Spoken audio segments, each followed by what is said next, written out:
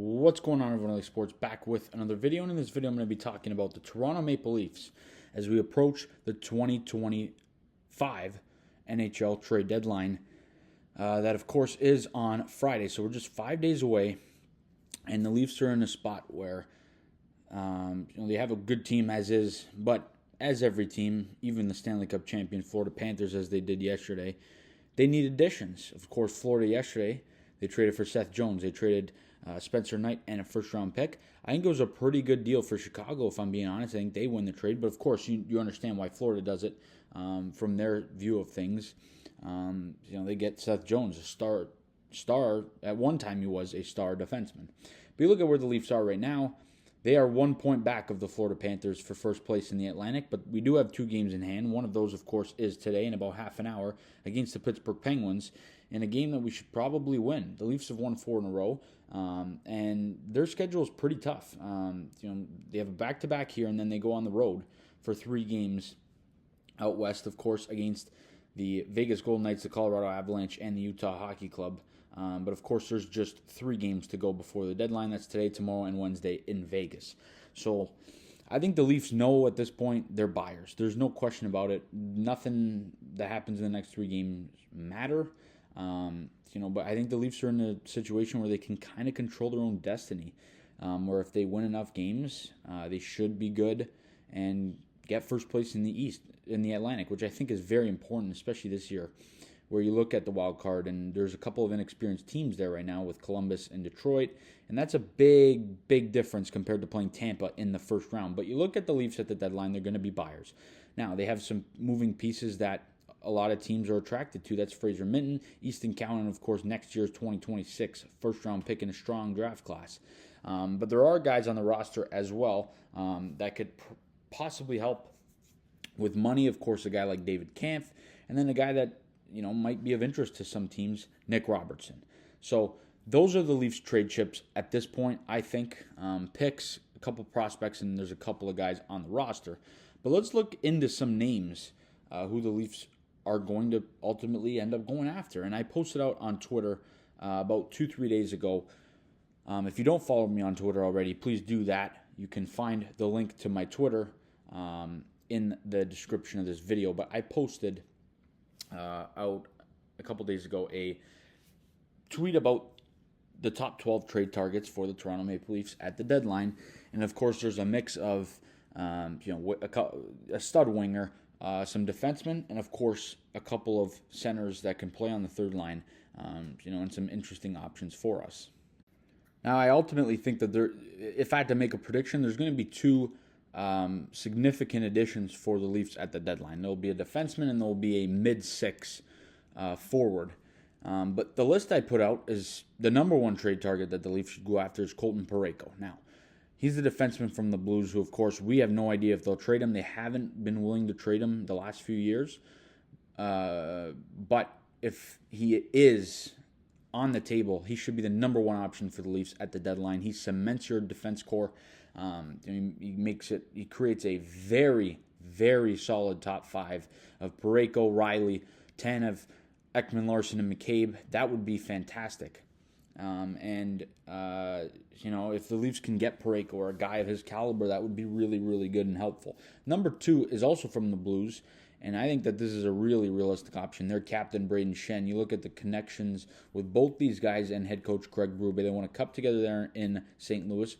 But also they've, especially Brayden Schenn, he's had the best years of his career under Craig Berube. So I think that that's a move that the Leafs are definitely going to be interested in making, and he's also got term on his deal, as does Parayko. These are 2 guys not on expiring deals, and I think that makes them a lot more enticing for the Leafs. Of course, you look at guys on expiring deals; they're always tough to trade for because they ultimately end up being rentals, and that's what the Leafs have gone for the last few years, and it hasn't ultimately worked out very well.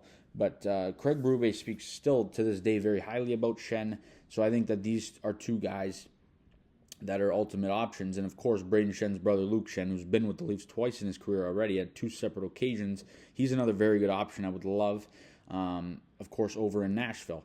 Now, a very interesting one, of course, Mikko Rantanen. It's tough because he's a guy who just got traded from the Colorado Avalanche to the Carolina Hurricanes, and he's a guy on an expiring deal who is not going to re-sign in Carolina. So is that an option for the Leafs? Is that potential backup for if Mitch Marner does not sign an extension? Maybe they bring in one of the two. I don't know. I love the option of getting Mikko Rantanen, especially because his money is cheap. He's already been retained by the Avalanche, and you could possibly get the Hurricanes to retain some more and get him at as low as $2.5 million for a superstar top line winger, a guy who's going to be set to make $13 million a year this offseason on a new extension. So he's a very good option. If he is traded, I think the Leafs will definitely be interested in, and according to the odds, the Leafs are the favorite to get him if he is moved from Carolina. So I think there'll be some more information in the coming days if Carolina does decide to move him if he's not going to extend there. Now, two interesting guys that a lot of Leaf fans really like are a couple of third-line centers, Brock Nelson and Scott Laughton. These are two guys from the Metro in the East who are on teams that are, kind of in the hunt, but on the cusp of the hunt, and their teams could ultimately look to make a deal. And I think they're two guys that are going to be expensive. Brock Nelson and Scott Laughton are two really good veteran centers. They bring a good physical presence and depth to the lineup. They're guys that could really help in the playoffs, and I think that they're guys that the Leafs have been interested in for a long time. But if you're going to part with a first-round pick, I'm not sure if those are the right options to go for.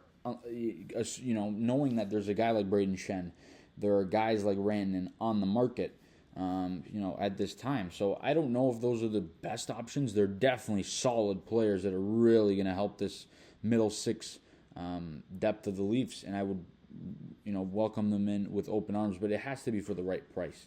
And then a couple of pretty good, they're actually from the same team, pretty good winger options. Brandon Tanev, brother of Chris Tanev, and Yanni Gourde, a couple guys who, they've been around a while, they have some experience, and I think that they would really help as well. That third line, they have the option to kind of play center, but primarily on the wing.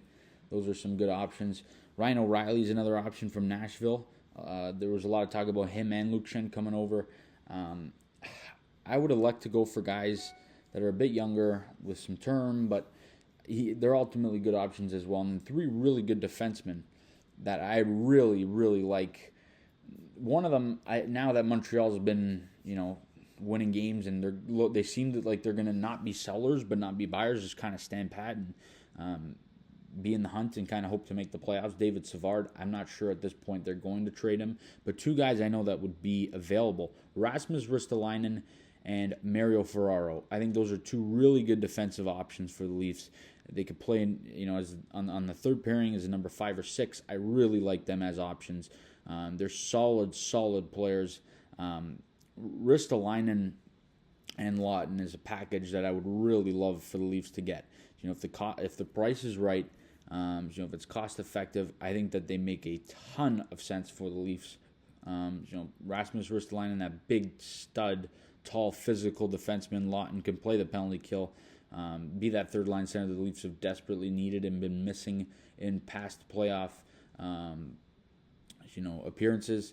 But I ultimately think that if the price is right, the Leafs are going to make moves. And I'm hoping that they can get a forward and a defenseman, but that might be a big ask. I think they are going to end up doing it, though. I think the Leafs are going to pull the trigger and give up a lot to get a lot. But you guys let me know down in the comment section your thoughts on the Toronto Maple Leafs trade deadline outlook. Who do you think we're going to end up with? What would you do? What would you be willing to give up? I think the Leafs are going to end up with a third-line center and a good defenseman at the end of the trade deadline, but there's a lot of options. There's a lot of guys. I would love any of the guys. I named 13 in the video. 12 in the video. There's a lot of good options here, and I would love any of them if the price is right, of course. But I think the Leafs are going to be aggressive at the deadline, and I'm hoping that they make a splash. There's a lot of good options. Rantanen and Schenn. Both Schenn brothers, Nelson, Laughton, Ristolainen. There's a lot of good options here for the Leafs. Hopefully they can pull the trigger and they make a big move, because I think this is a really good year for the Leafs. I think we're playing really well. We're well coached. Our defense is different this year. The goaltending has been really good. there's no need at the goaltending spot. We have a good top four, but another guy would be great. And the Leafs got to keep winning games and get first place in the Atlantic Division. But you guys let me know down below in the comment section your thoughts on the deadline. What do you think is going to happen? Who do you think the Leafs are going to get? Give me a prediction. Give me what you'd be willing to give up. Let me know the good stuff down in the comment section. As always, please leave a like on the video. Subscribe to the channel if you guys are new. See you guys on the next video. As always, go Leafs, go.